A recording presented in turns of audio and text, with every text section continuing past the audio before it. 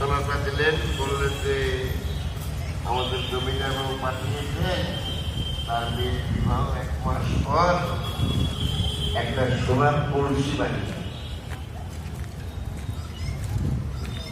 কিন্তু সেই জমিতে কখনো বাড়িতে নাম দিল সাধুসঙ্গ, সাধু সেবা কোনোদিন দেন না, টাকার অভাব নাই, কিন্তু দেন।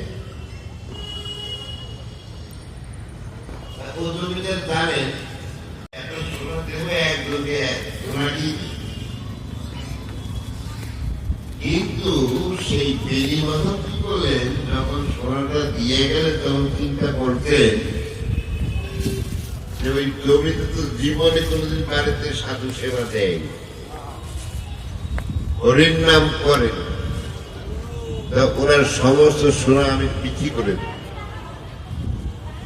বিক্রি করে সঙ্গ দেব, নাম কীর্তন দেবো, ভাগবত পাঠ দেবো। ওনাকে না জানিয়েই সোনা বিক্রি করার টাকা দিয়ে এই ঘটা করে বাড়িতে করলেন। সব গ্রামের বৈষ্ণব সাধুর আগমন হচ্ছে, খাওয়া দাওয়া হচ্ছে, কীর্তন হচ্ছে, ভাগবত পাঠ হচ্ছে। এত টাকা পাইল কোথায়? এই বিনিময় ধরে কত